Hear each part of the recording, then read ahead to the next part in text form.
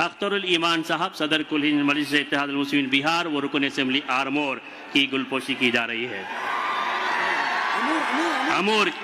अमूर के रुकन असेंबली जनाब अख्तरुल ईमान साहब। इसके बाद कोचा दामन से जनाब सरवर आलम साहब की गुलपोशी अरकान असेंबली की जानिब से की जाएगी। जनाब जाफर हुसैन मेरा साहब से मैं ख्वाहिश करता हूँ कि वो कोचा दामन के सरवर आलम साहब की गुलपोशी फरमाएँ।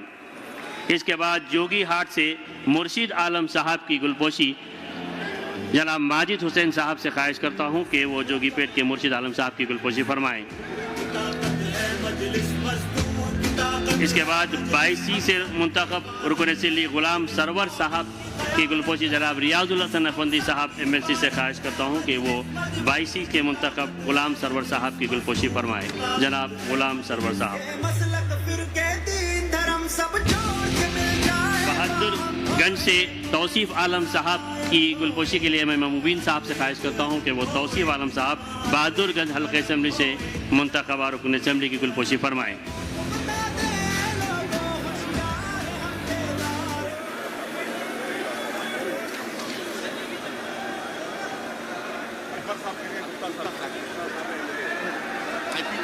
हमारे दरमियान एक मेहमान खुसूसी यहाँ तशरीफ फरमाए जनाब IP गुप्ता साहब MLA Bihar national president IIP की गुलपोशी जनाब कायद अवान असेंबली अकबरुद्दीन अवैसी साहब फरमा रहे हैं। तालिम की गुंज में इनका इस्तकबाल कीजिए। IP गुप्ता साहब MLA सहारनपुर। जी जनाब आदिल हसन एडवोकेट साहब कॉन्टेस्टेड MLA की गुलपोशी फरमाएंगे। जनाब अकबरुद्दीन अवैसी साहब। आदिल हसन साहब बिहार।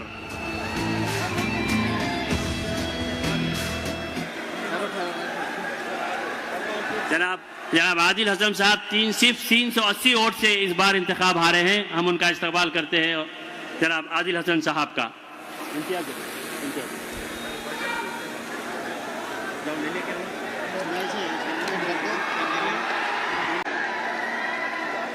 अस्सलामु अलैकुम वरहमतुल्लाहि वबरकातुहू।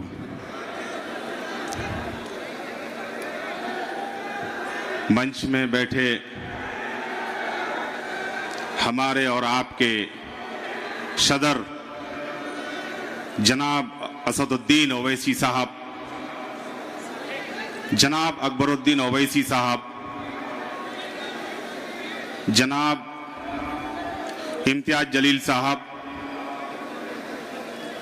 जनाब वारिस पठान साहब, जनाब माजिद हुसैन साहब MLA हैदराबाद और बिहार सदर अख्तरुल ईमान साहब MLA, सरवर आलम साहब MLA कोचा दामन बिहार, गुलाम सरवर साहब MLA बैसी, MLA मुर्शिद आलम साहब बिहार जोकी और हैदराबाद से सारे MLA। मैं नाम नहीं जानता हूं इसलिए मैं इज्जत से सलाम करना चाहता हूं।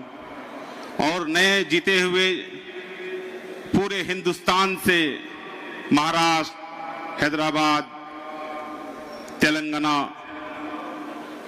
सारे जीते हुए वार्ड पार्षद, वार्ड नगर पार्षद बहुत बहुत शुक्रगुजार हूं जो हैदराबाद में मजलिस के 38वां सालगिरह पर पहली बार दारुस्सलाम में मुझे बोलने का मौका मिला और पहली बार हमने दारुस्सलाम को भी देखा, क्योंकि मैं तो अभी नए नए आया हूं। ऐसे तो पहली बार 2005 में मैंने आजाद उम्मीदवार से पहले MLA बना था।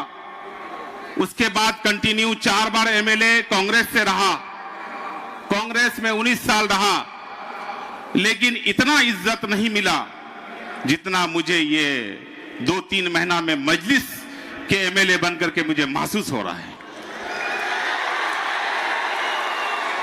और मैं ईमानदारी से बताना चाहता हूं, 19 साल में कभी भी कांग्रेस मौका नहीं दिया कि बिहार लेवल पर भी कोई नेता उभर सके। लेकिन आज मैं गर्व से कहता हूं, मैं एहसानमंद हूं ओवैसी साहब का और माजिद हुसैन साहब का, जिनके बदौलत आज दारुस्सलाम में बोलने का मौका मिला और आज इंडिया लेवल पर तौसीफ आलम का नाम जानता है। इससे बड़ा, हमसे बड़ा कुछ नहीं होता है। मैं इतना ही कहूंगा कि आज 68वां साल पर आज दारुस्सलाम में मजलिस का जो ताकत मुझे यहां नजर आ रहा है, इसी ताकत के साथ अगर हम लोग मजलिस का सिपाही बनकर के अगर काम करें तो आने वाला साल में इंशाअल्लाह मैं यकीन दिलाना चाहता हूं बिहार से कि बिहार में इस बार 5 जीता है तो 50 पर भारी है, और इंशाअल्लाह आने वाला 5 साल में इंशाअल्लाह हैदराबाद से भी ज्यादा एमएलए जिता करके लाने का काम करूंगा।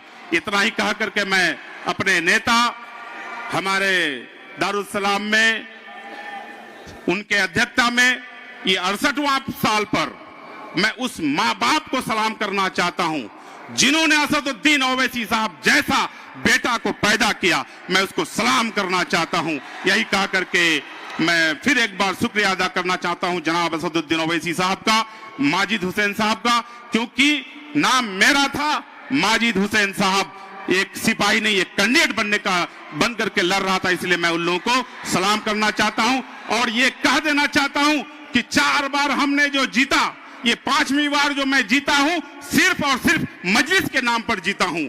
बिहार में 5 सीट सिर्फ और सिर्फ मजलिस के नाम पर जीत के आए हैं। इसीलिए मैं आप लोगों का शुक्रिया अदा करने के लिए आया हूं। खास करके हैदराबाद से बहुत सारे लोग गए थे, हम जाकर के फील्ड में देखते थे कि ये कौन है तो तबरेज साहब है, ये कौन है तो ये कौन है, यानी हमको अनेक